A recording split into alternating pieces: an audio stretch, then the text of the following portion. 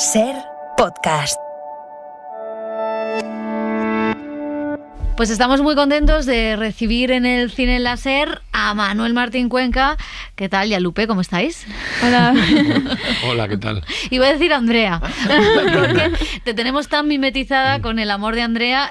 Bueno, es director de títulos como Caníbal, El autor, La hija, que ahora presenta El amor de Andrea, una película que viene de ganar premio en el Festival de Tallín, que vimos en la Seminci, que protagoniza Lupe y que la verdad es que es la primera vez que te pones detrás de las cámaras. Contadnos los dos cómo surgió, cómo surgió un poco vuestra conexión, cómo llegáis en ese momento en el casting y cómo formáis el inicio de esta película. Pues yo en el primer casting no lo vi, lo conocí en el segundo casting. Estaba detrás de una cortina. Nos conocimos en el segundo casting y la verdad es que tuvimos muchísima conexión. Yo lo hablé con mi madre en cuanto salí, dije, estaba hablando con él, yo sentía que lo conocía de toda la vida, vamos, y que va, o sea, tuvimos mucha conexión. Yo en los demás castings siempre hablaba con él como si no fuese un director de cine aquí, sino como si fuese un amigo, sí, como si lo conociese desde hace mucho. Y poco a poco también esa conexión pues fue creciendo a medida que íbamos hablando. También habló con mis padres y mis padres decían que como que era un hombre con el que se podía hablar muy bien. Pero es que tuvimos una conexión, yo por lo menos sentí una conexión en el segundo casting. Para mí el segundo casting fue súper... ¿Qué dices tú? El segundo casting, que fue el primer casting que tuve con él. Pero para mí ese segundo casting fue como súper clave para la conexión que tuve con Manuel y los demás. Yo tenía ventaja porque yo la había visto en el primer casting, que era una pequeña entrevista por institutos, que estábamos viendo chicas y chicos para todos los personajes, todos los institutos de colegio, de Cádiz, de la Bahía. Entonces yo veía todas las pruebas y de ahí seleccionaba quién iba pasando a una segunda prueba. Y Lupe, desde la primera prueba que yo vi, me pareció muy especial, o sea, me gustó mucho. Una prueba que era simplemente escucharla, preguntándole qué le interesaba, a qué se dedicaba, a qué estudiaba, cómo era. Y luego tuvimos, y ya en la segunda prueba que ya hice yo directamente, la verdad que es verdad que hubo una conexión muy especial. O sea, de hecho recuerdo que la entrevista duró como 20 minutos y luego hicimos una improvisación, pero yo me hubiera quedado más tiempo hablando con ella, ¿no? Cosa que luego he tenido oportunidad de conocerla, ¿no? Andrea, ¿qué es la pensión? Eso que ha dicho antes mamá. Es un sitio donde la gente se queda a dormir. Es el dinero que nos tiene que dar papá. ¿Papá no tiene que dar dinero? Sí. ¿Y por qué no lo da? Si papá nos da dinero, yo me quiero comprar un trompo. Yo no puedo adivinar qué dragones te silban, quién te puso la antifaz, que mudó tu piel. Voy a seguir aunque todos se rindan, voy a buscarte una y otra vez. El Cine en la Ser con Pepa Blanes. Solo quiero comprobar a qué huele tu orilla, pintar alas a este barco. ¿Y por qué Cádiz? ¿Qué te llevaba a buscar en Cádiz el desarrollo de esta historia? Bueno, a mí siempre me ha gustado mucho escribir. O sea, no me ha gustado, sino que lo tengo como una premisa, escribir un guión pensando en un lugar. O sea, yo no empiezo a escribir un guión en mi casa, tengo una idea, una premisa, y quiero hacer una película sobre esto.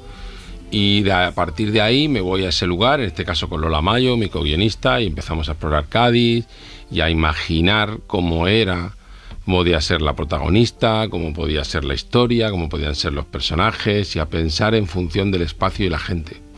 Y luego eso empalmó con el casting, que lo hicimos allí todo en la Bahía de Cádiz.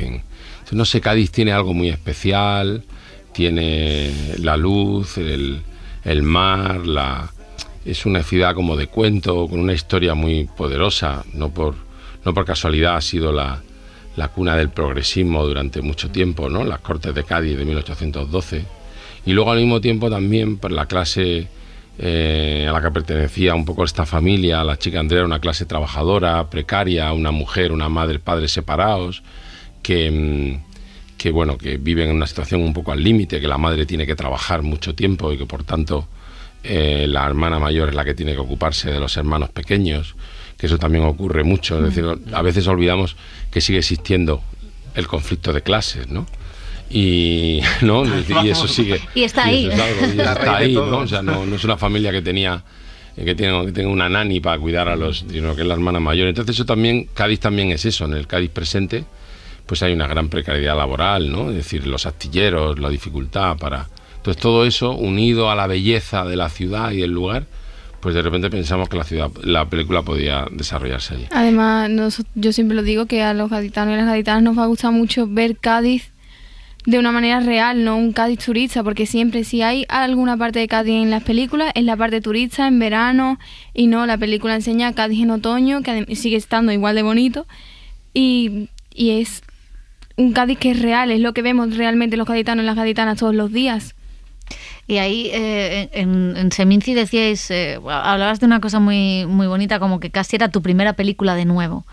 En el que te habías despojado de muchas de las cosas que habías ido haciendo en las últimas películas, y aquí habías ido como a la esencia de todo. Y es verdad que es una película a priori que parece muy pequeña, pero que después, como cuando vas tirando del hilo, tiene muchas cosas de las que hablar. No sé un poco, por qué esa necesidad también de empezar de cero, de hacer una película, no sé si minimalista, ¿te gusta el término? Minimalista me gusta mucho, sí. De hecho... Siempre me ha gustado la música menos es más, menos es más. Bueno, la sencillez es lo más difícil, ¿no? El despojamiento es lo más difícil para encontrar y desde mi punto de vista lo más profundo en realidad, ¿no? El artificio, los fuegos artificiales, pues hacen que las cosas brillen en un primer momento, pero cuando escarbas, normalmente es más difícil que tengan profundidad, ¿no? Bueno, yo siempre he admirado mucho a los cineastas que han evolucionado. Es decir, que no se han repetido a sí mismos, sino que han tratado de convertirse poco a poco, de encontrar un camino, una voz, que no son el mismo de la primera película. Qué triste, ¿no? Que yo fuera el mismo cineasta de hace 20 años en La flaqueza del bolchevique, ¿no? Creo que no soy la misma persona. Soy la misma persona, pero no soy la misma persona, pero he evolucionado. Entonces creo que las películas, de alguna manera, si las haces desde las tripas y desde el corazón, tienen que reflejar esos cambios en tu vida, no tanto el argumento o no. Y en esta película, por un lado, era como volver a la etapa en la que yo soñé con ser cineasta, un poco más tarde de la edad de Lupe, y como volver a colocarme en el joven, y en mi caso también de mi co-guionista Lola Mayo, que éramos en esa época. Entonces ha sido como recolocarnos un poco en esa posición de tener 15, 16, 17 años, ¿no? Yo me veo muy identificado con el personaje de Andrea, a pesar de que ella es una mujer y yo soy un hombre, Lola también, creo, ¿no? Porque yo me sentía eso, apuntando en los cuadernos, viajando por la ciudad, preocupándome por la construcción de los afectos, haciéndome preguntas sobre el futuro, creyendo en la amistad, creyendo en el amor. Creo que ese es el retrato de la juventud que yo quería hacer, y de alguna manera me ha recolocado a mí, porque todos seguimos siendo jóvenes, un joven en nuestro interior, todos lo tenemos dentro, y lo que pasa es que a veces le metemos corazas y caparazones y prejuicios y dinámicas tóxicas de adultos de las que ya no somos conscientes, y volver a ese lugar en donde todo es posible y todo es más puro. Entonces, en ese sentido, creo que la película me ha hecho revisitar al cineasta que quería ser cineasta, ¿no? O al que quería, ¿no? Entonces, eso es bonito, ¿no? Para mí volver a empezar, ¿no? Para mí es como una primera película. Sí, hay un retrato, como decías, positivo, podemos decir, de la juventud, o una juventud que busca respuestas en ese momento, que necesita sentirse escuchada, que confronta de alguna manera con los retratos que hemos visto en la ficción, pues vamos a decir solo en los últimos años, ¿no? Desde un sentido más adolescentes todo el rato problemáticos, la ficción llevándola al extremo en series como Élite. Por ejemplo, en tu caso, Lupe, ¿tú sí te sientes reconocida en este retrato de alguien, un adolescente que busca respuestas, que necesita sentirse escuchada? Sí, yo creo que es un adolescente muchísimo más genérico, o sea, no es como quitarle los clichés de un adolescente rebelde, un adolescente irresponsable. De hecho, es todo lo contrario, es un adolescente muy responsable, y hay muchísimos y muchísimos adolescentes O sea, yo creo que hay más adolescentes que son más responsables para la edad que tienen que irresponsables. Y también mucho más maduros para su edad que inmaduros. Es verdad que hay de todo, pero sí es verdad que yo veo más a los adolescentes eso como jóvenes que se hacen muchas preguntas, también en parte porque siempre se nos ve como niños pequeños, cuando realmente nos enteramos de todo. O sea, Manuel lo hizo un montón, que hasta Fidel se enteraba de todo de alguna manera, a su manera, pero claro. al final se enteraba de todo. Entonces yo creo que sí, que hay que reflejar también a los adolescentes de una manera que no es con tantos clichés y con irresponsables, inmaduros, porque hay muchísimos adolescentes que se identificarían perfectamente con el personaje de Andrea, y no solo por la situación familiar, sino por cómo es ella, de una adolescente que tiene preguntas, que apunta cosas en su cuaderno, que su única preocupación no es salir con sus amigos, sino su preocupación es, en ese caso, bueno, buscar a su padre, buscar el amor de su padre. Y a sus amigos, y salir en bicicleta, ir a la playa y ver un atardecer. Exacto. A mí sinceramente me molesta un poco el retrato del adolescente o del joven que hacen últimamente, o las series o el cine, como un tarado mental. Es decir, como una cosa morbosa, alguien que droga, no sé qué, perdido, loco. Bueno, o sea, sí, claro, eso existe, no digo que no, pero eso en el fondo es un síntoma. Y no es lo único que hay. Y no es lo único, o sea, lo importante es el adolescente que está construyendo, que está tratando de entender el mundo, que se hace preguntas y tratando de entender dónde está el amor, quién le quiere, quién no le quiere. Eso puede estar en la familia, puede estar fuera de la familia biológica, ¿no? Y muchísimos adolescentes pensamos así, de decir, yo por ejemplo soy una adolescente que yo soy muy curiosa y me hago muchísimas preguntas en cuanto a todo. Me gusta ir a ver el atardecer con mis amigos, sola, con música, cualquier cosa. Y bueno, igual que tengo mis cosas de adolescente, también soy una adolescente con mis responsabilidades, mi madurez, tal, que no todo lo adolescente, además sobre todo desde el punto de vista de un adulto, porque normalmente esas películas o esas series están hechas bajo el punto de vista de un adulto que no piensa realmente en un joven.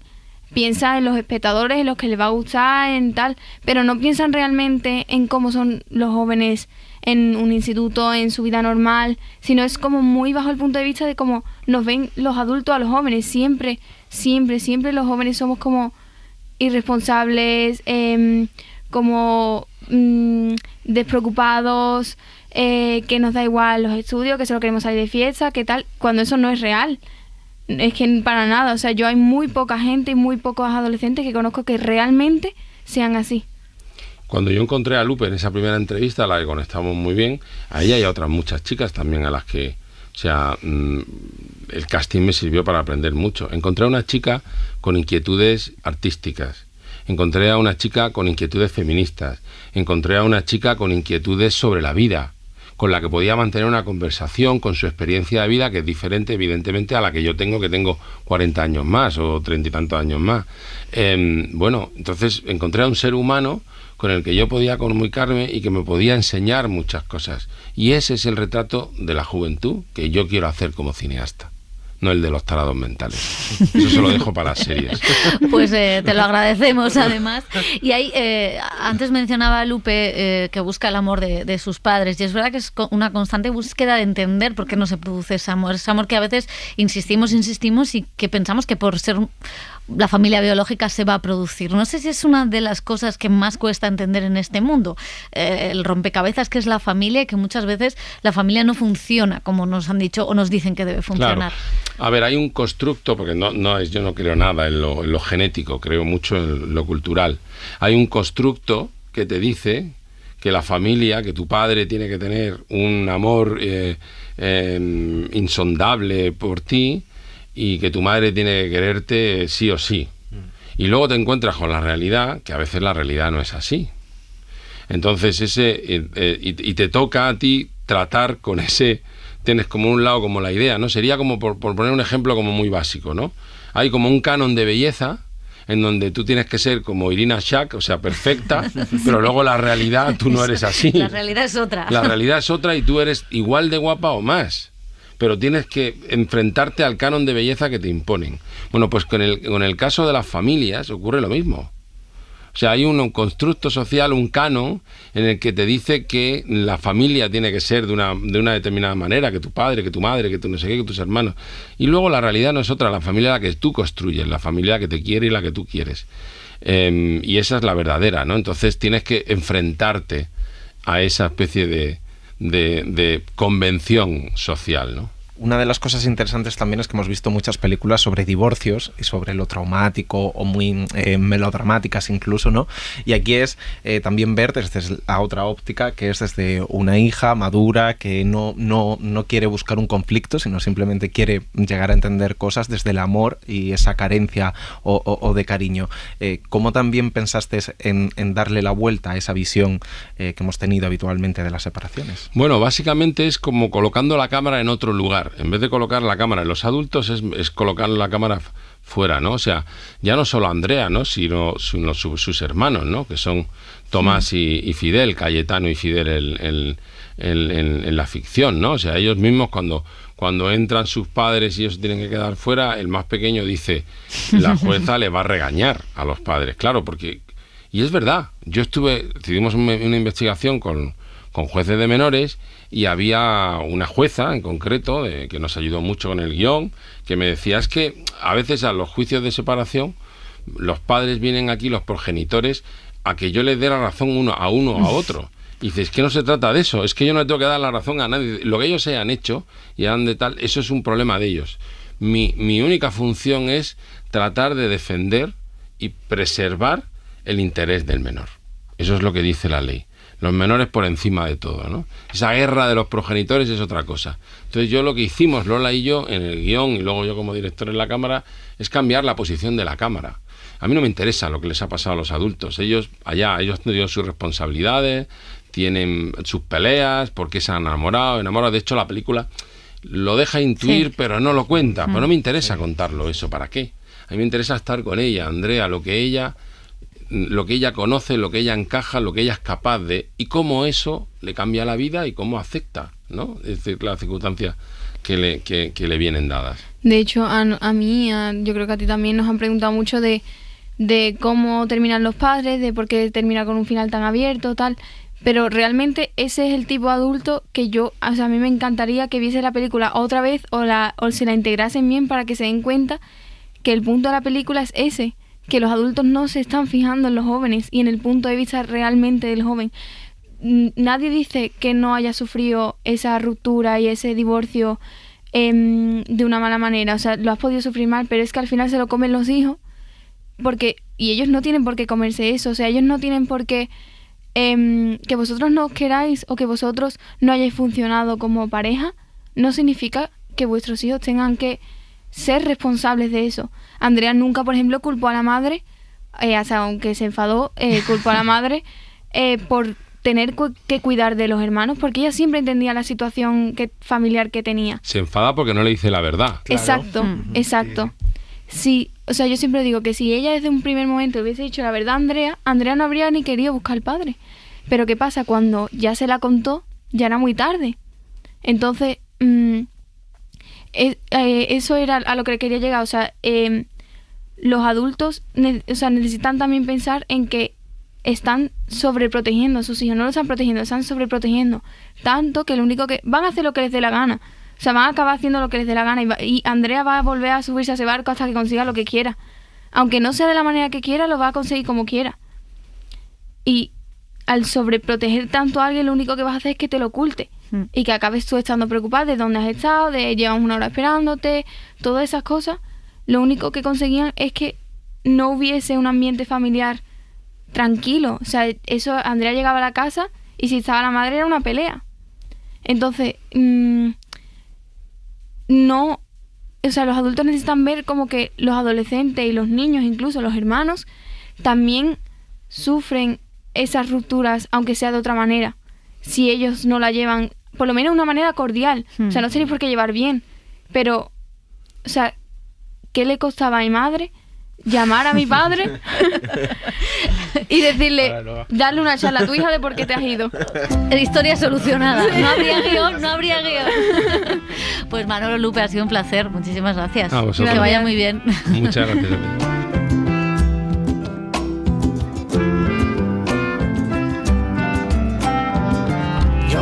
Quiero más de lo que me dabas, no quiero limosna del corazón, no me vale el norte que te alumbraba, no me vale y voy perdida en el futuro, sin sombra de tu voz, tal vez el silencio sonará mejor.